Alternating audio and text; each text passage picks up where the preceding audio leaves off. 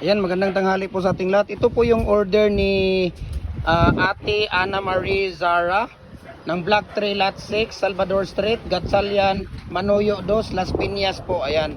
So isang zigzag, tapos isang L, tapos isang hexagon, ayan. Tapos isang octagon. Yan po ang octagon. Tapos isang bar, tapos isang Y. So ito po lahat yung order niya. Ayan, Y, tapos bar, octagon, hexagon, L, at saka yung zigzag, no?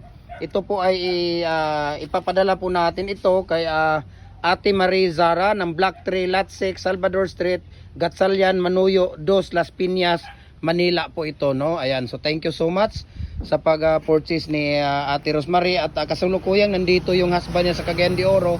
Nag-travel po, mayroong wing van dahil may nagde-deliver yata sila ng sardines dito sa Cagayan de Oro. So ihahatid ko na lang to doon through Grab or ihahatid ko doon, no? Ayan, so ito po yung order niya, isang zigzag, tapos isang L, tapos isang hexagon, octagon, tapos isang bar, tapos isang Y. So itong 6 na piraso, 2, 4, 6, no?